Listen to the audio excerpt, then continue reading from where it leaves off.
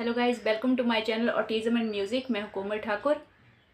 And आज का जो वीडियो है वो मैं कमेंट्स के ऊपर बना रही हूं, क्योंकि अभी बहुत मुश्किल हो रहा है एक्चुअली कमेंट का लिख के आंसर करना।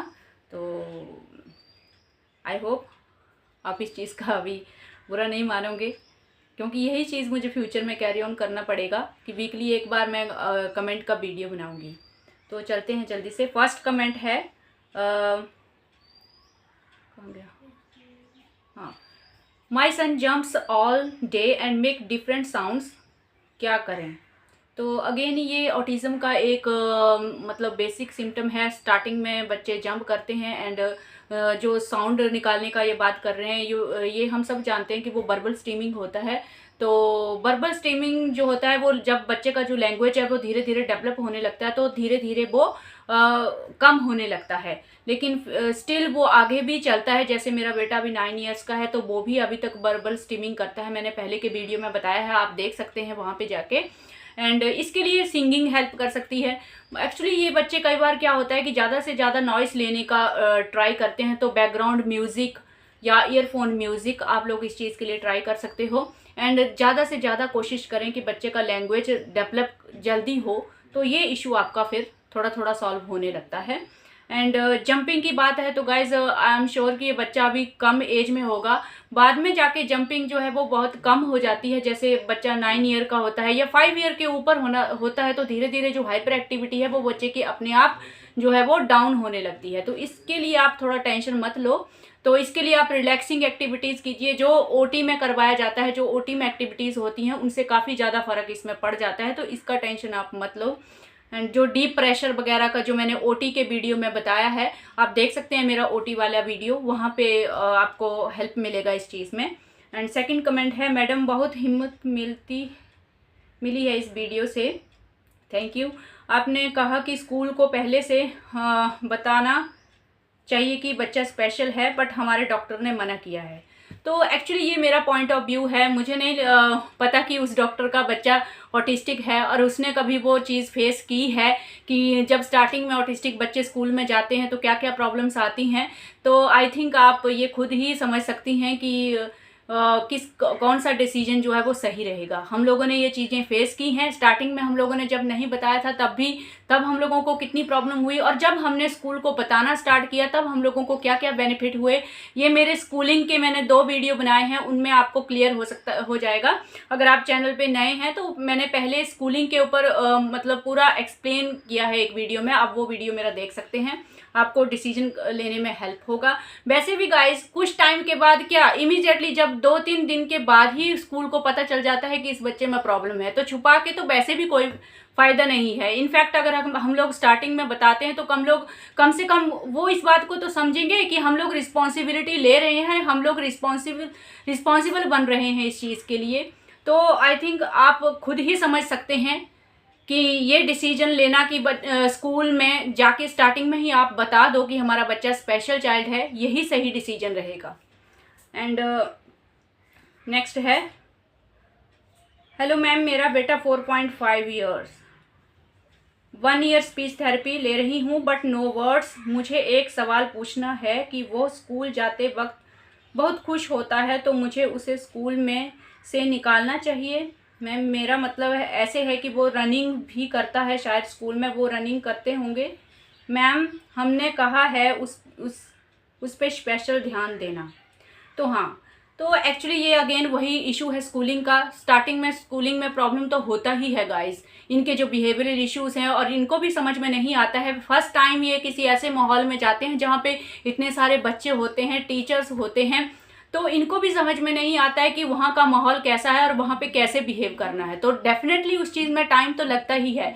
और अगर बच्चे में कुछ ज़्यादा ही प्रॉब्लम हो रही है, स्कूल कुछ ज़्यादा ही कंप्लेंट कर रहा है, तो मुझे लगता है कि फाइनल डिसीजन यही होना चाहिए जो मैंने किया था कि हम अपने बच्चे की जो हेल्प है वो खुद करेंगे। हम स्कूल की भी हेल्प करेंगे अपने बच्चे को संभालने के लिए, और ताकि दूसरे बच्चे भी हमारे बच्चों से थोड़ा प्रोटेक्टेड रहें। कई बार ये हाइपर होते हैं, जंप करते हैं, तो दूसरे बच्चों को भी कोई नुकसान ना हो। तो मुझे लगता है हम लोगों को खुद आके जाके ये बोलना चाहिए कि क्या हम लोग स्कूल में रह सकते हैं या मतलब बैठ सकते हैं बच्चे के साथ, बच्चे को संभालने के लिए। मुझे लगता है हम लोगों को ये डिसीजन लेना चाहिए उस टाइम पे। अगर ज़्यादा ही प्रॉब्लम हो रहा है। एंड देन हाँ मैम, मेरी बेटी 1.9 ईयर्स की है, उसकी जो बोलती हूँ कुछ समझता नहीं है। और एक्चुअली जब आप लोग हिंदी में लिखते हो तो काफ़ी सारी मिस्टेक्स होती हैं और पढ़ना मुश्किल हो जाता है। पता नहीं ये कौन सी थेरेपी लिखी है। अच्छा, यहाँ पे थेरेपी नहीं है, तो डेफिनेटली अगर थेरेपी नहीं है, कुछ बोलती नहीं है, तो 1.9 ईयर की है, तो इसका मतलब अगर नॉर्मल बच्चे तो 1.9 ईयर तक काफ़ी ज़्यादा थोड़ा बोलने लगते हैं, अंडरस्टैंडिंग भी थोड़ा ठीक ही होती है। अगर आपको लगता है कि थोड़ा डिफरेंस है मेरे बच्चे में और नॉर्मल बच्चे में, तो आप फर्स्ट ऑफ ऑल साइकेट्रिस्ट के पास जाइए, वहाँ पे जाके कंफर्म कीजिए कि ये सिंपल स्पीच डिले वगैरह है या फिर ऑटिज़म है। पहले तो आपको ये कंफर्म करवाना चाहिए, उसके बाद अगर ऑटिस्टिक है, आपने डायग्नोज करवाया है, देन ओटी ज़रूरी नहीं है कि अगर आपको अवेलेबल नहीं है, तो आजकल तो यूट्यूब पे इजीली सब कुछ अवेलेबल है। इनफैक्ट मैंने भी ओटी के ऊपर वीडियो बनाया है, तो आप चाहें तो वो भी फॉलो कर सकती हैं। बहुत सारे यूट्यूब पे आपको इसके ऊपर वीडियो मिल जाएंगे और डेफिनेटली उन वीडियो से भी आपको उतना अच्छा खासा फ़ायदा हो जाता है। तो आप रेगुलर कीजिए, घर पे ही उसका थेरेपी कीजिए, नो डाउट उसका भी अच्छा रिजल्ट आता है।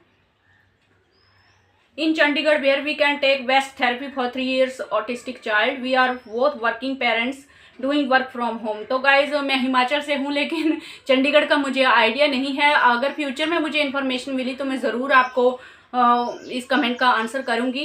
टिल देन आप ऑनलाइन सर्च कीजिए ना, ऑनलाइन सर्च कीजिए तो आई थिंक कुछ ना कुछ तो फिर भी आपको मिल ही जाएगा, कोई ना कोई थेरेपिस्ट आपको मिल ही जाएगा। या फिर आप अब नहीं आपको अवेलेबल हो रहा है तो फिर वही मैंने ओटी का वीडियो डाला है, जो अर्नब के थेरेपिस्ट उसको एक्टिविटीज़ करवाते थे, वो मैंने पूरा ओटी का वीडियो डाला है, आप वो फॉलो कर सकते हैं। या किसी और पेरेंट्स ने डाला है तो आप वो भी फॉलो कर सकते हैं, यूट्यूब से भी फॉलो कर सकते हैं आप, तो इसमें कोई मुश्किल नहीं है। Please help me ma'am, how to solve behaviour issue in child specially in school. Again यही प्रॉब्लम है, बिहेवियर इश्यूज़ मैंने पहले ही बोला कि स्कूल में जाके स्टार्टिंग में काफ़ी ज़्यादा होते हैं, हम लोगों को भी बहुत ज़्यादा प्रॉब्लम हुई थी। तो जो लोग आप लोग ओटी करवा रहे हो, और बिहेवियरल इश्यूज़ को ठीक होने में काफ़ी टाइम लग जाता है। इनफैक्ट 5 to 6 ईयर के बाद बच्चा थोड़ा थोड़ा सेटल होने लगता है। अर्नब में तो अभी भी हैं, लेकिन कम हो रहे हैं धीरे धीरे। तो मैं वही बोल रही हूँ कि स्टार्टिंग में अगर स्कूल में प्रॉब्लम हो रहा है तो आप स्कूल को रिक्वेस्ट कीजिए कि आप बच्चे के साथ बैठें या स्कूल में रहें। साथ में नहीं बैठना चाहिए, एक्चुअली बाहर बैठें तो वो ज़्यादा बेटर है, ताकि बच्चे को भी आदत ना पड़े कि वो स्कूल में हर टाइम आपके साथ ही बैठा रहे। स्कूल के बाहर बैठना अच्छा है, ताकि जब भी उनको ज़रूरत पड़े तो हम अवेलेबल हो सकें, वो ज़्यादा बेटर आइडिया है। इस तरह से आपको भी टेंशन नहीं आती है गाइज, और स्कूल वालों का भी काम निकल जाता है, तो सबका फ़ायदा होता है इस चीज़ में। एंड मैम, बच्चों के लिए हेडफोन सेफ़ रहते हैं क्या? होता है, कुछ प्रॉब्लम तो नहीं होता है, हेडफोन सेफ़ होते हैं। ध्यान ये रखना है कि ज़्यादा साउंड नहीं करना है, बिल्कुल लो वॉइस आपको रखना है, तो सेफ़ रहता है। एंड म्यूज़िक जो है वो ज़्यादा फास्ट नहीं, बिल्कुल जो मतलब काम म्यूज़िक होता है वो आपको प्रोवाइड करना है बच्चे को, और डेफिनेटली इससे अच्छा फ़ायदा होता है। ये तो आप कीजिए ही। इनफैक्ट दिन में भी अगर आप काम में लगे हो, बच्चा कुछ और कर रहा है, तो आप बैकग्राउंड म्यूज़िक बजाते रहो साइड में। मैं तो पूरा दिन लगा के रखती हूँ, जब भी मैं अगर मुझे अलग से कुछ काम करना है तो हम दोनों माँ बेटा फिर गाने सुनते रहते हैं, और अच्छा रहता है। एक्चुअली अपना स्ट्रेस भी मतलब बिल्कुल मतलब अपना माइंड भी हमारा शांत रहता है, और जब हमारा अपना माइंड शांत है, बच्चे का भी शांत रहेगा, तो काफ़ी सारी चीज़ें जो हैं वो सॉल्व होने लगती हैं। किसी ने मुझसे पूछा भी था कि क्या सिंगिंग अर्नब को रियली में उसको काम करती है, तो इस क्वेश्चन का जवाब है गाइज, यस, बहुत ज़्यादा हेल्प हुआ इस चीज़ से मुझे। तो आप ज़रूर ट्राई कीजिए इस चीज़ को। मैम, मेरा बेटा पहले से सब करता था, अब इंटरेस्ट नहीं लेता। जो मैंने होम एक्टिविटी का वीडियो बनाया था उसके ऊपर ये कमेंट है एक्चुअली। तो इसके लिए मैं आपको बोलूँगी कि डेफिनेटली ऑटिस्टिक बच्चे ऐसा करते हैं, कभी किसी एक्टिविटीज़ में थोड़ा टाइम इंटरेस्ट लेते हैं, उसके बाद छोड़ देते हैं। तो उसके लिए क्या करना चाहिए कि उसी एक्टिविटी में थोड़ा आपको वेरिएशन डालना होगा। अभी पहले अर्नब जस्ट थोड़ा थोड़ा डिस्टर्ब करता था आके, लेकिन अभी हम लोग उसको थोड़ा सा नेक्स्ट लेवल पे सिखा रहे हैं, खुद से उसको बोल रहे हैं कि हाँ, अभी मैं उसको सिखा रही हूँ कि मसाला के क्या क्या नाम होते हैं। तो और ज़्यादा मैं उसको जो है वो घर के जो काम है प्रॉपरली इन्वॉल्व कर रही हूँ उसको। तो धीरे धीरे आपको उसी चीज़ में थोड़ा वेरिएशन डालना है, ताकि बच्चा थोड़ा बोर ना हो। कोई भी एक्टिविटी हो अगर आगे है आपका, आपके वीडियो बहुत हेल्पफुल एंड और हेल्पिंग है मैम, हमेशा टच में रहना, थैंक यू फॉर दिस। और मैं तो हमेशा यही हूँ, जैसे जैसे मेरा बेटा बड़ा हो रहा है उसमें क्या क्या चेंजेस आ रहे हैं, तो एक्चुअली इसी के ऊपर ये चैनल है, ताकि आपको टाइम टू टाइम इन्फॉर्मेशन मिलती रहे कि ऑटिस्टिक बच्चे जब अडल्ट होते हैं या बड़े होते हैं तो उनमें क्या क्या चेंजेस आते हैं और मैं उनको कैसे हैंडल कर रही हूँ। एक्चुअली इस चीज़ में आपको सबसे ज़्यादा फ़ायदा है, आपको टाइम से पहले वो इन्फॉर्मेशन मिल जाएगी कि अभी जब हमारा बच्चा 2-3 साल के बाद और बड़ा होगा तब हमें उसे कैसे हैंडल करना है। एक्चुअली इसका सबसे बड़ा बेनिफिट ये है, और आप पहले से ही उन चीज़ों के लिए तैयार रहेंगे।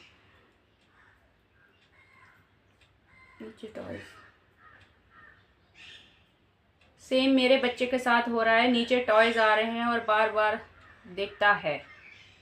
टॉयज़ को देखना ये सब कुछ जो है वो तो ऑटिज़म का पार्ट है, मतलब सिम्टम है लॉस्टिंग।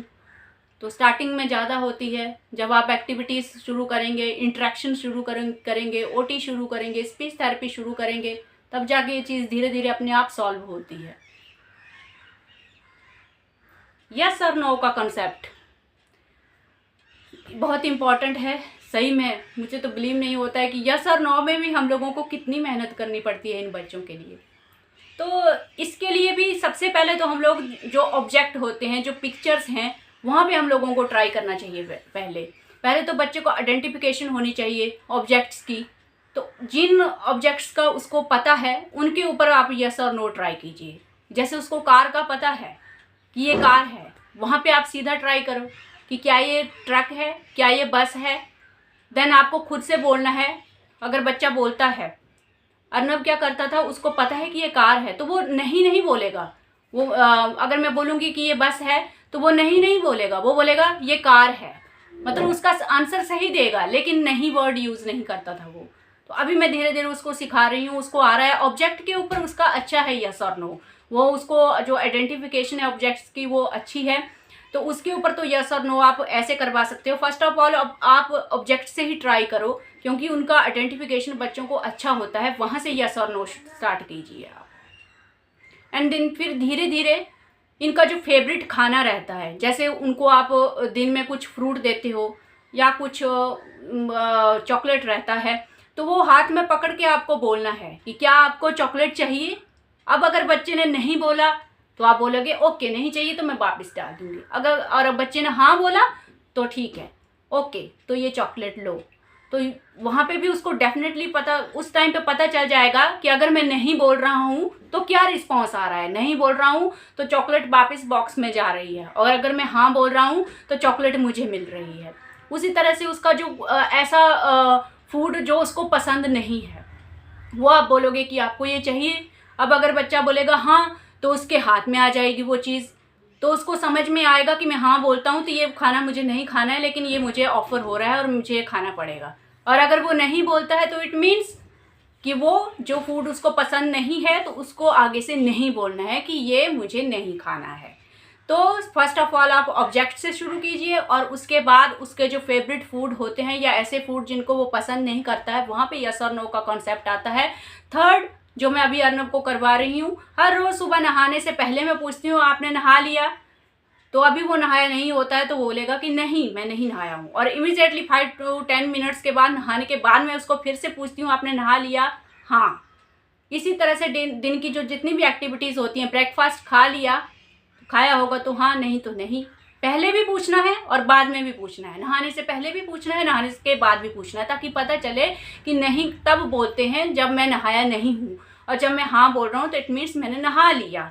तो ये 3 तरह का मैंने आपको ट्रैक बताया, ये फॉलो कीजिए। स्टार्टिंग में ऑब्जेक्ट्स, देन फेवरेट फूड के ऊपर, देन जो हमारी डेली रूटीन होती है। तो यहाँ से आप यस और नो का कॉन्सेप्ट बच्चों को इंट्रोड्यूस करवा सकते हैं। से मम्मी, हाँ, how did you teach your child to say mummy and daddy? Most important. मैं एक्चुअली बहुत इमोशनल हो जाती हूँ इस क्वेश्चन पे। मैंने एक्चुअली किसी वीडियो में ये मैंने डिस्कस किया था कि मैंने फर्स्ट उसके मुंह से मम्मी वर्ड कब सुना था, जब मैंने उसको प्ले ग्रुप में डाला था, और वो इतना रोता था, इतना रोता था, 2-3 घंटे के लिए जितना मैं रखती थी वो फुल टाइम रोते रहता था।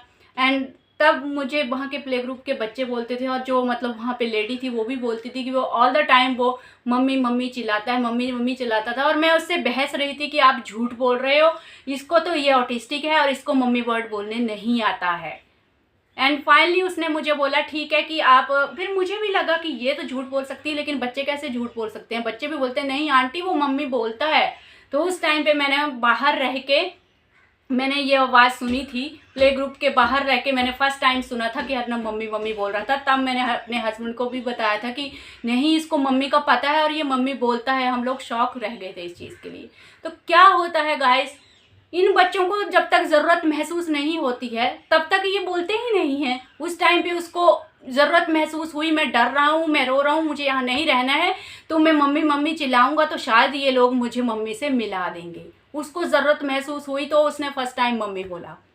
तो ये आई थिंक 3 इयर्स तक की बात है। उसके बाद फिर हम लोग उसको इंट्रोड्यूस करवाने लगे कि जो भी वो बोलता था, जैसे मुझे जो भी वो थोड़ा बहुत बोलता था, पानी चाहिए या खाना चाहिए, जो भी थोड़ा थोड़ा बोलता था, उसमें मैंने उसको आदत डालना शुरू किया कि नहीं पूरा बोलो, मम्मी पानी, मम्मी खाना। हर सेंटेंस में दिन में मैं उसको इंट्रोड्यूस करवाती रही। आज भी जब वो सेंटेंस बोलता है हाँ खाना चाहिए, हाँ पानी चाहिए, तो मैं उसको दोबारा से रिपीट करने को बोलती हूँ, पूरा बोलो। वो समझ आता है मैं पूरा बोलने को बोल रही हूँ, तो इसका मतलब उसको पूरा मम्मी जी मुझे खाना चाहिए। अभी भी आपने देखा होगा वीडियो में, जब भी वो आंसर करता है तो मम्मी जी पापा जी, ये चीज़ें बार बार रिपीट कर करके आती हैं गाइस। पूरा दिन की जो स्पीच है, इनके जो वर्क हैं, सबसे अच्छा लर्निंग उसी चीज़ में होता है। जो इनका पूरे दिन का जो शेड्यूल है, इनकी जो फेवरेट चीज़ें हैं, वहीं से जो कॉन्सेप्ट हैं वो इंट्रोड्यूस करना जो है वो थोड़े ईजी हो जाते हैं इन बच्चों के लिए। तो स्टार्टिंग में जब उनको नहीं पता है तब तो आप पिक्चर मेथड यूज़ करो। जैसे कि अपनी अपनी पिक्चर है या बच्चे की पिक्चर है या पापा की पिक्चर है, वहाँ पे आप पॉइंटिंग मेथड से सिखा सकते हो कि ये मम्मी है, ये पापा है एंड ये आप हो, ये अर्नब है। तो स्टार्टिंग में तो आप पिक्चर मेथड यूज़ कीजिए, और पूरे दिन में भी आप फिंगर से mummy Arnab, papa mummy, turn wise. अगर स्टार्टिंग में बच्चे क्या होते हैं सिर्फ एक एक ही वर्ड बोलते हैं, 3 इयर्स तक या 2 इयर्स तक मैक्सिमम एक एक ही वर्ड बोलते हैं, तो तब आप यहाँ से इंट्रोड्यूस करवा सकते हैं फिंगर से बैठ के। टर्न वाइज सर्कल में आप बैठो एंड देन फिंगर से आप बता सकते हो। एंड देन फिर आप स्पीच में जब भी वो कुछ चीज़ मांगते हैं वहाँ पे आपको सिखाना है कि आपको पूरा वर्ड बोलना, पूरा सेंटेंस बोलना है। फ्रेज स्पीच है तब भी 2 वर्ड्स तो आते ही हैं, तो उस वर्ड में आपको मम्मी या पापा जो है वो साथ में ऐड करना है। तो मैंने तो भाई अपने बच्चे को ऐसे ही सिखाया था और फाइनली वो सीख गया। बहुत अच्छा लगता है मुझे, क्योंकि वो पूरा रिस्पेक्ट से बोलता है, जी लगा के बोलता है। तो ये चीज़ उसको यहीं से आई। पूरा दिन क्या जो उसका स्पीच है, जो भी उसको मांगना है उसके साथ मैं ये एडअप कर देती थी। एंड आई थिंक तो ये पूरे कमेंट के जो रीसेंट कमेंट थे उनका जो आंसर है वो मैंने कर दिया है। And thank you for today.